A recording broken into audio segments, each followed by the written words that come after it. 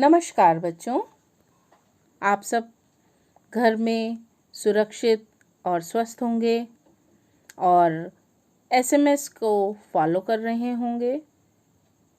सभी बच्चे अपने हाथों को अच्छी तरह से धोते होंगे, मास्क पहनते होंगे और सोशल डिस्टेंसिंग को फॉलो करते होंगे। तो आइए अब हम अपने पाठ की तरफ चलते हैं। हमारे पाठ का नाम है क्या निराश हुआ जाए। पाठ्य पुस्तक है वसंत।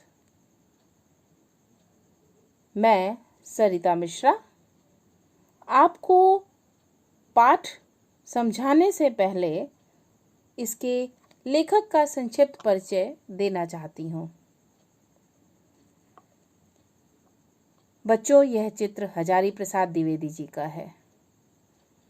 हजारी प्रसाद द्विवेदी हिंदी निबंधकार, आलोचक और उपन्यासकार थे। इनका जन्म 19 अगस्त 1907 बलिया में, मृत्यु 19 मई 1979 को हुई।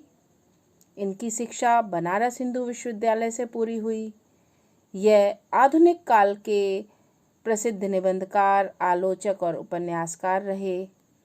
इनकी पुस्तकें हैं बाण भट्ट की आत्मकथा, हिंदी साहित्य, उद्भव और विकास, पुनर्वा और ज्यादा। इन्हें पुरस्कार से सम्मानित किया गया। पुरस्कार था पद्म भूषण। आइए पाठ की ओर चलते हैं। प्रस्तुत पाठ में लेखक ने मनुष्य की विचार प्रणाली किससे, कैसे और कहां से प्रेरणा पाकर कार्य करती है, इसको स्पष्ट किया है।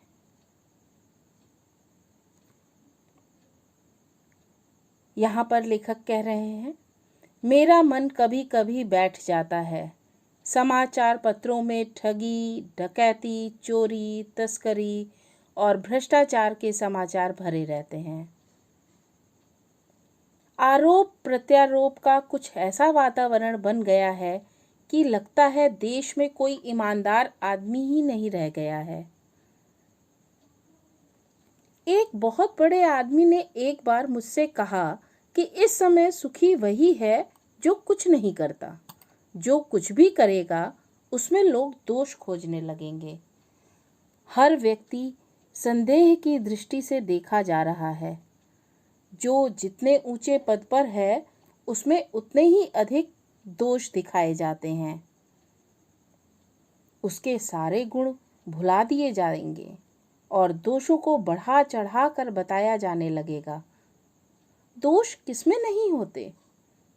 यही कारण है कि हर आदमी दोषी दिख रहा है, गुणी कम या बिल्कुल ही नहीं।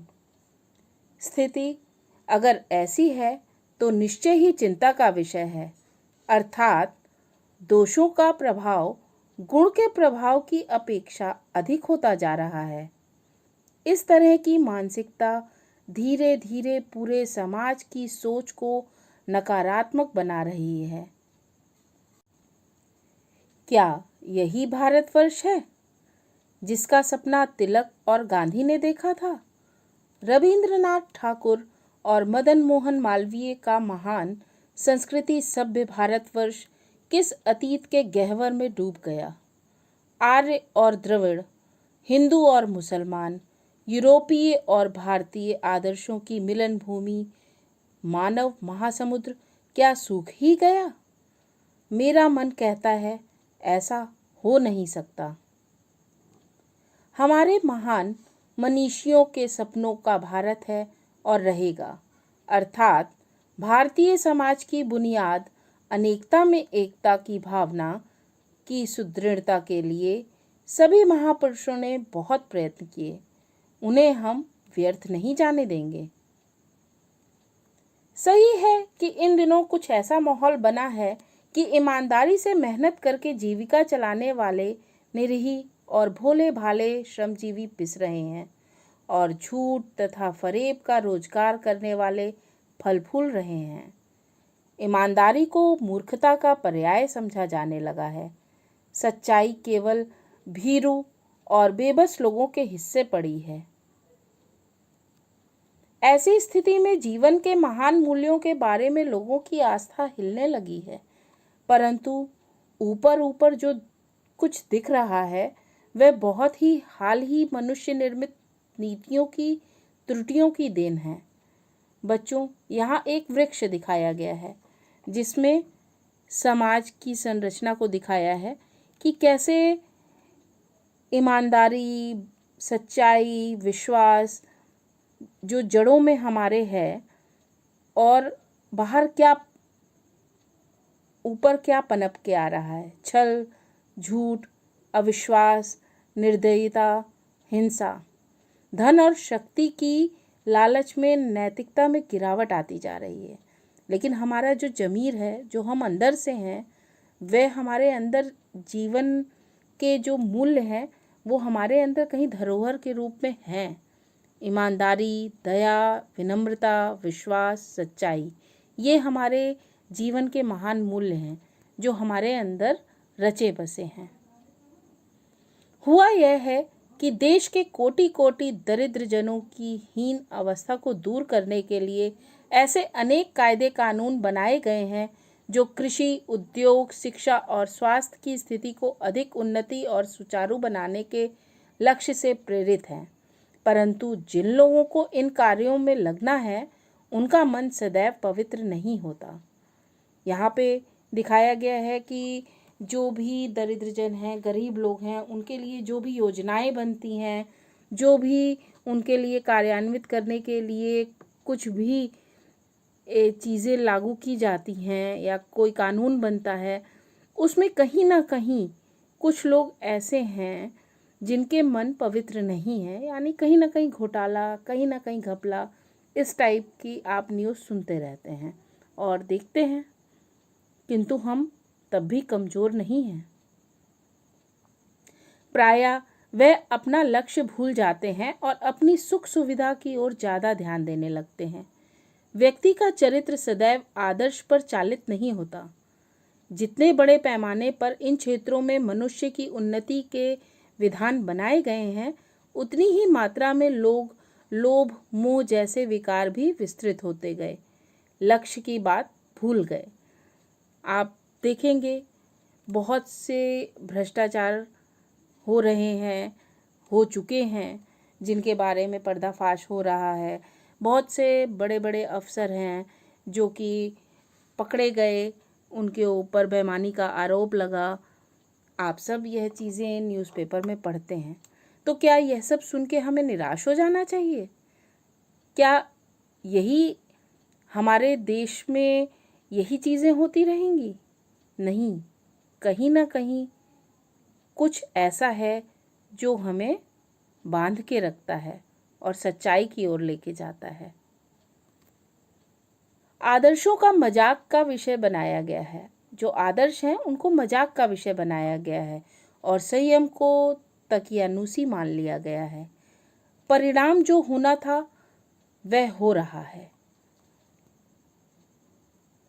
यह कुछ थोड़े से लोगों के बढ़ते हुए शोभ का नतीजा है, परंतु इससे भारतवर्ष के पुराने आदर्श और भी अधिक स्पष्ट और महान और उपयोगी दिखाई देने लगे हैं।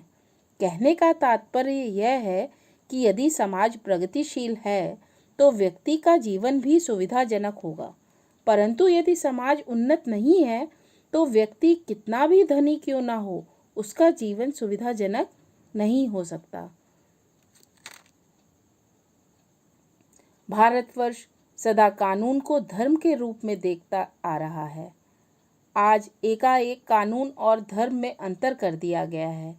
धर्म को धोखा नहीं दिया जा सकता, कानून को धोखा दिया जा सकता है। यही कारण है कि जो लोग धर्मशील नहीं हैं वह कानून की त्रुटियों से लाभ उठाने में संकोच नहीं करते। इस बात के पर्याप्त प्रमाण खोजे जा सकते हैं कि भारत में ऊपरी वर्ग में चाहे जो भी होता रहा हो, भीतर ही भीतर भारतवर्ष अभी भी अनुभव कर रहा है कि धर्म कानून से बड़ी चीज़ है। यहाँ पर इस बात को मैं फिर से दोहराना चाहूँगी कि इस बात के पर्याप्त प्रमाण खोजे जा सकते हैं कि भारत के ऊपरी वर्ग में चाहे जो भी होता रहा है, भीतर ही भीतर भारतवर्ष अभी भी यह अनुभव कर रहा है कि धर्म कानून से बड़ी चीज है। अब भी सेवा, ईमानदारी, सच्चाई और आध्यात्मिकता के मूल्य बने हुए हैं। वे दब अवश्य गए हैं, लेकिन नष्ट नहीं हुए हैं। आज भी वह मनुष्य से प्रेम करता है, महिलाओं का सम्मान करता है, झूठ और चोरी को गलत समझता है, दूसरों को पीड़ा पहुंचाना गलत समझता है। समाचार पत्रों में जो भ्रष्टाचार के प्रति इतना आक्रोश है, वह यही साबित करता है कि हम ऐसी चीजों को गलत समझते हैं और समाज में उन तत्वों की प्रतिष्ठा कम करना चाहते हैं जो गलत तरीके से धन या मान संग्रह करते हैं। यह सभी उदाहरण साबित करते हैं कि धर्म के कारण हम में सही गलत की समझ अब भी बनी हुई है। दोषों का पर्दाफाश करना बुरी बात नहीं। बुराई वह मालूम होती है कि किसी के आचरण के गलत पक्ष को उद्घाटित करके उसमें रस लिया जाए। बुराई में रस लेना बुरी बात है। अच्छाई में उतना ही रस लेकर उजागर ना करना और भी बुरी बात है। सैकड़ों घटनाएं ऐसी घटित हैं जिन्हें उजागर करने से लोकचित्त में अच्छाई के प्रति भावना जागती है। यहाँ पर लेखक अपनी ही दो बातें बता रहे हैं, दो कहानियाँ बता रहे हैं। एक बार रेलवे स्टेशन पर टिकट लेते हुए गलती से मैंने 10 की बजाय 100 रुपये का नोट दिया और मैं जल्दी जल्दी गाड़ी में आकर बैठ गया। थोड़ी देर में टिकट बाबू उन दिनों के सेकंड क्लास के डिब्बे में हर आदमी का चेहरा पहचानता हुआ उपस्थित हुआ।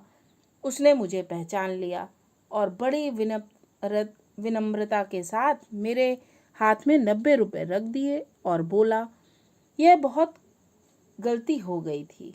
आपने भी नहीं देखा, मैंने भी नहीं देखा। उसके चेहरे पर विचित्र संतोष की गरिमा थी। मैं चकित रह गया। कैसे कहूं कि दुनिया में सच्चाई और ईमानदारी लुप्त हो गई है। वैसी अनेक अवांछित घटनाएं भी हुई हैं, परंतु यह एक घटना ठगी और वंचना की अनेक घटनाओं से अधिक शक्तिशाली है। यहाँ पर अब दूसरी घटना बता रहे हैं। एक बार मैं बस में यात्रा कर रहा था। मेरे साथ मेरी पत्नी और 3 बच्चे थे। बस में कुछ खराबी थी, रुक रुक कर चलती थी। गंतव्य से कोई 8 किलोमीटर पहले ही एक निर्जन सुनसान स्थान में बस ने जवाब दे दिया। रात में कोई 10 बजे होंगे। बस में यात्री घबरा गए। कंडक्टर उतर गया और एक साइकिल लेकर चलता बना। लोगों को संदेह हो गया कि हमें धोखा दिया जा रहा है। बस में बैठे लोगों ने तरह तरह की बातें शुरू कर दी।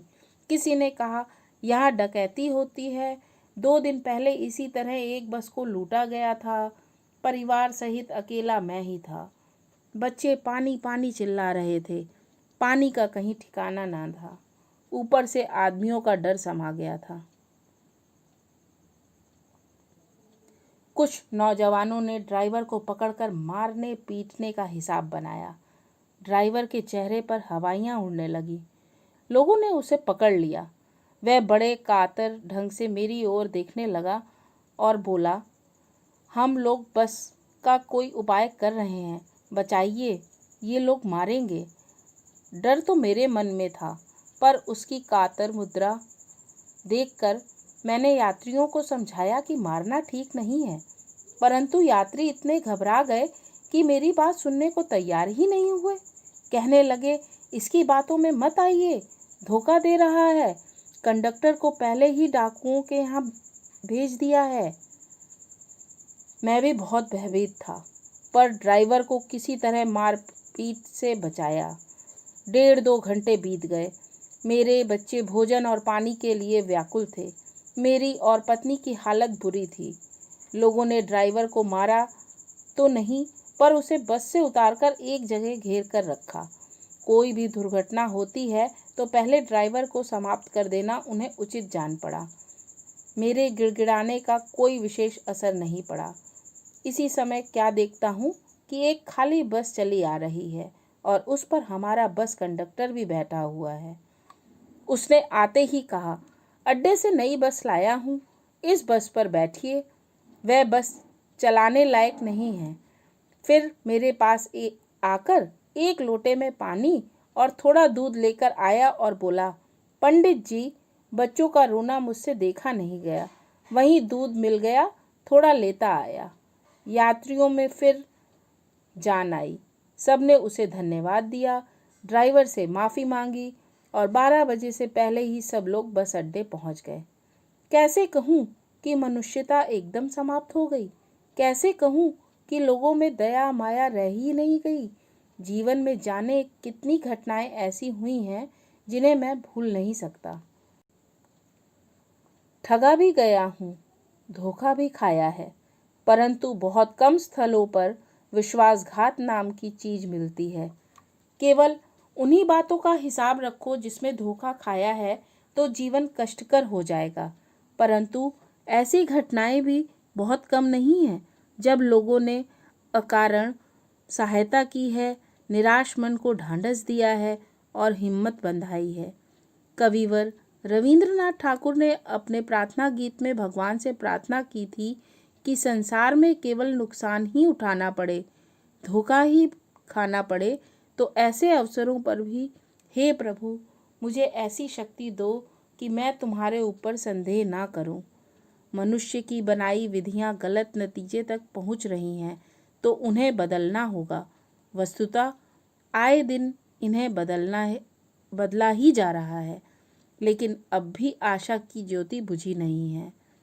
महान भारतवर्ष को पाने की संभावना बनी हुई है, बनी रहेगी। मेरे मन निराश होने की ज़रूरत नहीं है।